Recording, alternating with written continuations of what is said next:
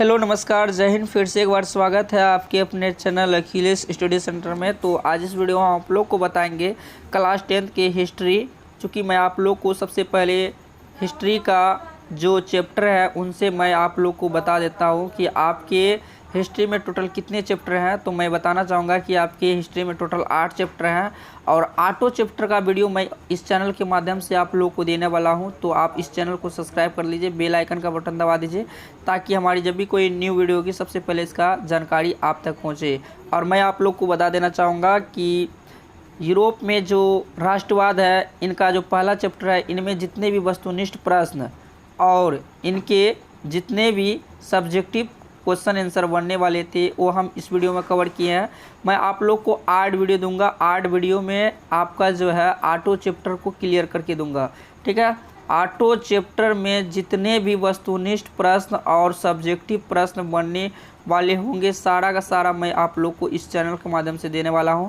और यदि आप इसका PDF लेना चाहते हैं तो PDF के लिए जो है आपको हमारे टेलीग्राम चैनल को ज्वाइन करना पड़ेगा, जिसमें मैं आप लोग को PDF टेलीग्राम चैनल पर भेज देता हूं। वहां से आप अच्छी तरीके से रीड कर सकते हैं या फिर आप इसका प्रिंट आउट निकाल कर आप पढ़ सकते हैं। तो इसमें हमने कुछ लिखा है, यह नोट्स आपकी बोर्ड परीक्षा को ध्यान में रखते हुए बनाया गया है। साथ ही इसके सारे पॉइंट्स आपके लिए अत्यंत महत्वपूर्ण होगा। यदि आप इस PDF को अच्छे से पढ़ लेते हैं तो आप इतिहास में कुछ अच्छा अंक प्राप्त करेंगे। लेखक की कलम से अखिलेश सर। और इसका विषय सूची हमने यहाँ पर लिखा है। विषय सूची देख लीजिए क्या है। विषय सूची में सबसे पहला चैप्टर है यूरोप में राष्ट्रवाद। दूसरा है समाजवाद एवं साम्यवाद। तीसरा है हिंद चीन में राष्ट्रवादी आंदोलन। चौथा है भारत में राष्ट्रवाद। पांचवा है अर्थव्यवस्था और आजीविका। छठा है शहरीकरण एवं शहरी जीवन। सातवां है व्यापार और भूमंडलीकरण। प्रेस, संस्कृति और राष्ट्रवाद। ये आपके हो जाएंगे टोटल 8 चैप्टर।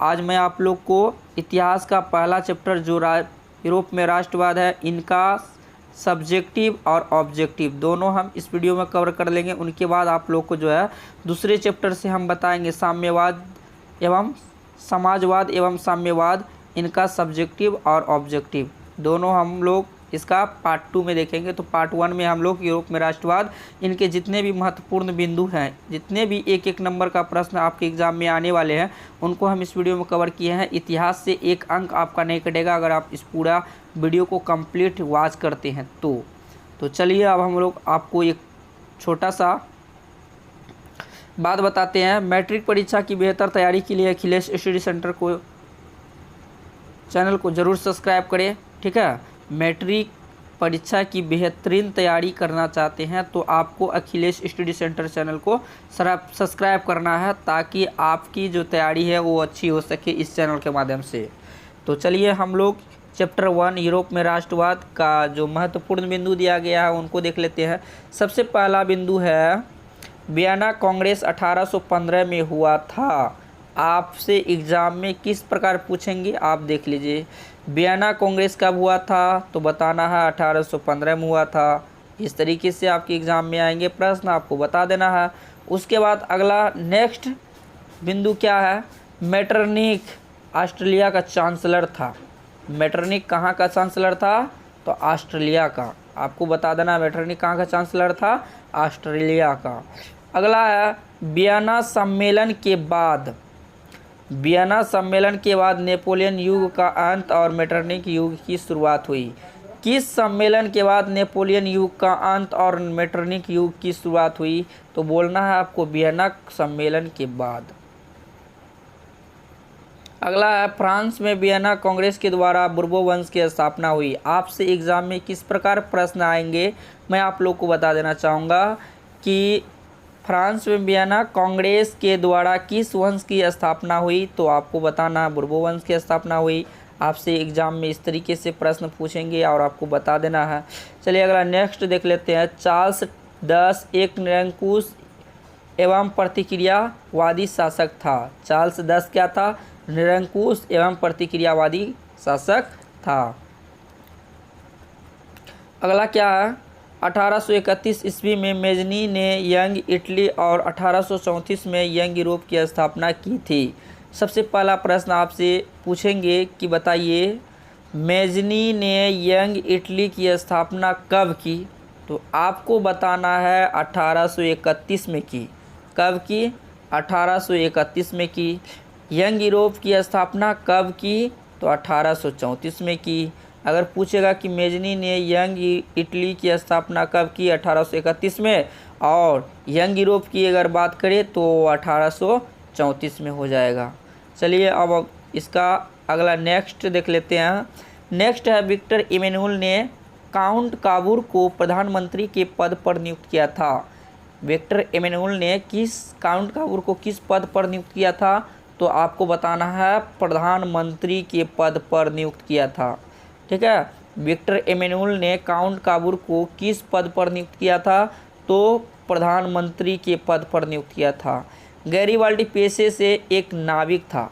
गैरीबाल्डी पेशे से क्या था? एक नाविक था। नाविक का मतलब होता है नाव चलाने वाला। नाव चलाने वाले को नाविक कहते हैं। गैरीबाल्डी पेशे से एक नाविक था। 1862 में दुर्भाग्यवश काउंट काबूर की मृत्यु हो गई। अगर आपसे एग्जाम में प्रश्न पूछेंगे काउंट काबूर की मृत्यु कब हुई, तो आपको बताना है काउंट काबूर की जो मृत्यु हुई थी वो 1862 में हुई है।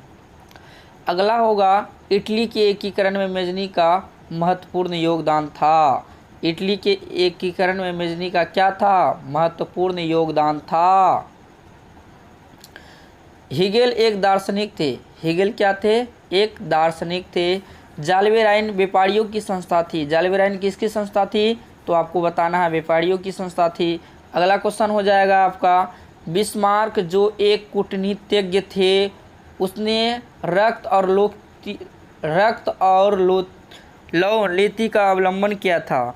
तो अगर आपसे एग्जाम में पूछेंगे कि बिस्मार्क क्या था, तो कूटनीतिज्ञ थे। ठीक ना। उसके बाद रक्त और लौ की नीति का अवलंबन किसने किया था? तो बिस्मार्क ने किया था। इस तरीके से आपको बता देना है।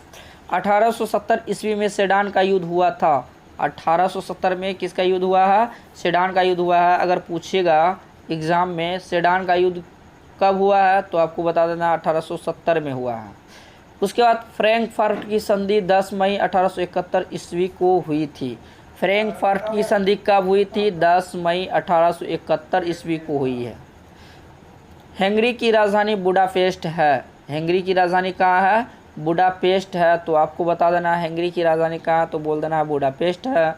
इस तरीके से आपको बता देना है। उसके बाद इसका अगला नेक्स्ट क्वेश्चन आता है कि 1829 एड्रियानोपुल की संधि तुर्की में हुई थी। अगर पूछेंगे एड्रियानोपुल की संधि किसके साथ हुई थी? तुर्की में हुई थी। कब हुई थी? 1829 में हुई थी।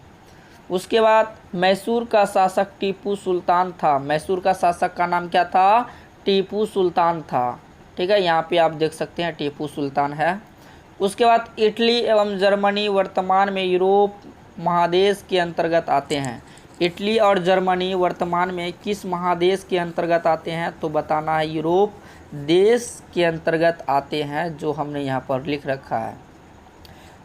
फ्रांस में वियना कांग्रेस के द्वारा बुर्बो वंश की पुनः स्थापना की गई।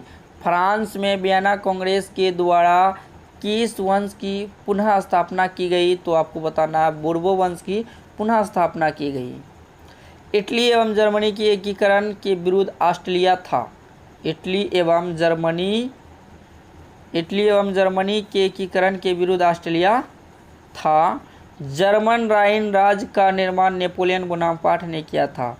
अगर आपसे एग्जाम में पूछेंगे कि जर्मन राइन राज्य का निर्माण किसने किया था, तो बोलना है नेपोलियन बोनापार्ट ने किया था। किसने किया था? नेपोलियन बोनापार्ट ने किया था। यूरोप वासियों के लिए यूनान देश का साहित्य एवं ज्ञान विज्ञान प्रेरणा स्रोत रहा है। किस वासियों के लिए यूनान देश का साहित्य एवं ज्ञान विज्ञान प्रेरणा स्रोत रहा है?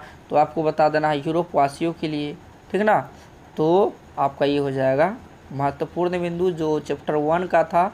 अब हम लोग इसके अंदर सब्जेक्टिव को देखेंगे। इस चैप्टर से मात्र महत्वपूर्ण 4 सब्जेक्टिव बने हैं और 4 सब्जेक्टिव को हम काफ़ी सिंपल लैंग्वेज में हम इसका नोट्स बनाए हैं। यदि आप ये नोट्स लेना चाहते हैं तो आपको हमारा जो है अखिलेश स्टडी सेंटर चैनल नाम का एक टेलीग्राम चैनल मिलेगा, वहाँ पे मैं आप लोग को ये नोट्स भेज दूँगा।